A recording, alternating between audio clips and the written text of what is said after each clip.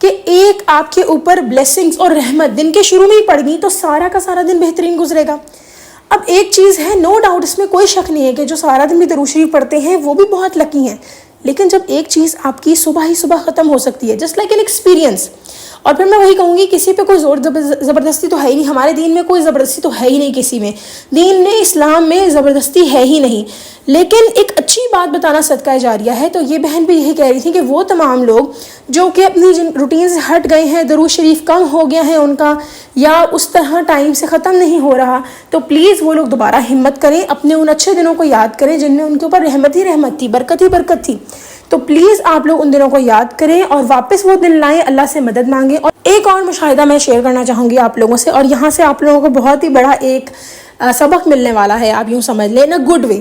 اور وہ یہ کہ ایک بہن کسی بندے کو ایسے جو روحانی ہی تھے انہیں پوچھا کہ کس طریقے سے میں یہ فلاں کام کروں فلاں کام کروں، تو انہوں نے کچھ آیتیں اور کچھ صورتیں پڑھنے کو بتا دی کہ چلو یہ کرو گی تو خواب آ جائیں گے، یہ کرو گی تو استخارہ ہو جائے گا، یہ وٹس ایور، کوئی بھی مقصد جس کے لیے انہوں نے کوئی بھی وظائف لیے ان آدمی سے. اب بات کہنے کی یہ ہے، قرآن پاک میں اللہ تعالیٰ نے فرمایا ہے کہ میں ہوں سپریم، میں ہوں تمہارا رب، تم مجھ سے مانگو. قرآن پاک میں اللہ تعالیٰ نے ہر جگہ یہ کہا ہوا ہے کہ تم مجھ سے دعا کرو، میں تمہاری دعا قبول کروں گا.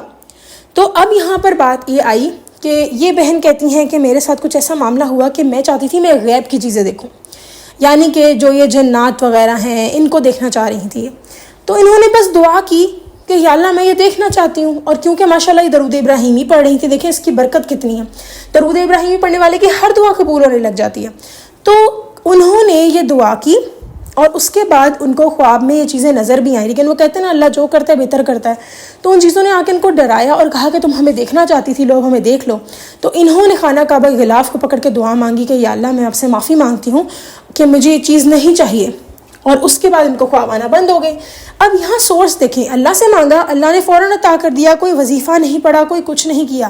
جبکہ یہی آپ کسی نورانی یا جو بھی کوئی آپ کہہ لیں کہ کوئی ایسا شخص جو کہ ہم یہ نہیں کہہ رہے استغفر اللہ کی اعلیٰ علم کرنے والا، وہ انسان جو اصل میں وظائف آپ کو بتاتے ہیں، ٹھیک ہے، جن کا قبلہ اللہ ہی ہوتا ہے اور کوئی نہیں، لیکن آپ ان سے بھی مدد کیوں مانگ رہے ہیں؟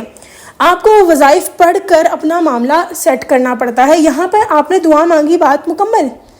جب آپ اپنا ریلیشن شپ اللہ تعالیٰ کے ساتھ اسٹریٹ کر لیں گے، یہ واقعہ اسی لیے میں نے شیئر کیا ہے کہ جب آپ اپنا معاملہ ڈائریکٹ اللہ کے ساتھ کر لیں گے تو پھر آپ کو کیا پریشانی، پھر آپ کو کس بات کا غم، پھر آپ کو ان وظائف کی کیا ضرورت. ہاں لیکن آپ کو درود ابراہیمی پڑھنے کی بہت زیادہ ضرورت ہے، آپ کو نمازوں کی طرف دھیان دینے کی ضرورت ہے. تو درود ابراہیمی جو بھی شخص پڑھے گا انشاءاللہ تعالیٰ اس کی ہر دعا قبول ہوگی. اور یہی میں آپ لوگوں کے ساتھ شیئر کرنا چاہ رہی تھی کہ دیکھیں آپ نے پتہ نہیں کتنی دفعہ ایک صورت کو ریپیٹ کر دیا، اتنے وظیفے کیے، پھر اس کے صدقے نکلتے ہیں اور بہت ساری چیزیں ہوتی ہیں، اس طرف ہم جانے نہیں چاہوں گی میں.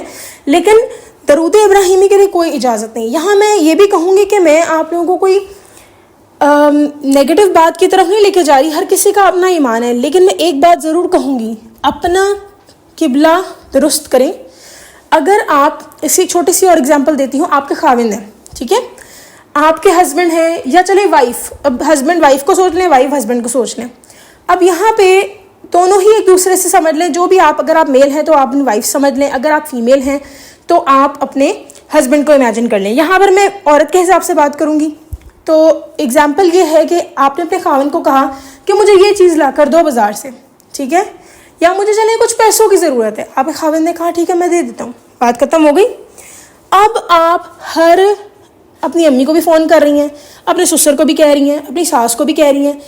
اب جب آپ کے خاوند کو یہ بات پتہ لگی، اچھا اور سب سے بڑی بات سونے پہ سہاگا، آپ اپنے بہنوئی کو بھی کہہ رہی ہیں. جو ایک مرد ہوتا ہے وہ اس کی انا پہ بات آ جاتی ہے پھر کہ جب میں ہوں تو پھر ادھر ادھر سے کیوں مانگ رہی ہے یہ. اسی طرح وائف کا بھی یہی حساب ہے کہ جب شوہر نے کھانا مانگا اور تھوڑی دیر بعد شوہر جٹھانی سے مانگ رہا ہے، ساس سے مانگ رہا ہے، تو بیوی بھی پریشان ہو جاتی ہے کہ جب مجھ سے مانگ لیا تو پھر ادھر ادھر سے کرنے کی کیا ضرورت ہے، پھر جاؤ انہیں سے مانگ لو. تو بتانے کی بات یہ ہے کہ اللہ تعالیٰ کے ساتھ کوئی شریک نہیں. جب اللہ تعالیٰ نے قرآن پاک میں کہہ دیا ہے کہ تم مجھ سے دعا کرو میں تمہاری دعا قبول کروں گا، تو مانگے نا اللہ تعالیٰ سے. ہم کیوں نہیں مانگتے؟ بس کیا کرنا ہے، ہاتھ اٹھانے اور فوکس کرنا ہے. آپ یقین کریں، ایک بہن کہتی ہیں ان کے ساتھ یہ معاملہ بھی شروع ہو چکا تھا کہ انہیں نماز کے بعد دعا کرنے کا دل ہی نہیں کرتا تھا، اور یہ شیطان تھا. پتہ نہیں کون کون سے قبولیت کے لمحے انہوں نے گزارے ہوں، لیکن وہی بات آ جاتی ہے، درود ابراہیمی پڑھا تو اللہ تعالیٰ نے انہیں بچا لیا، سیدھی راہ پر لگا دیا. بس تھوڑا سا فوکس اور کچھ نہیں، اور یقین، اور اللہ کی رحمت سے تو نا امید کافی لوگ ہوتے ہیں. تو آئی ہوپ آپ کو یہ ویڈیو اچھی لگی ہوگی. انشاءاللہ میں امید کرتی ہوں کہ آپ سب لوگ یہ چھوٹے چھوٹے رولز بتائے ہوئے ہیں ان کو فالو کریں گے اور اپنی زندگیوں کو آسان کریں گے. چلیں جی، انشاءاللہ نیکسٹ ویڈیو میں پھر حاضر ہوں گی. تب تک کے لیے اللہ حافظ.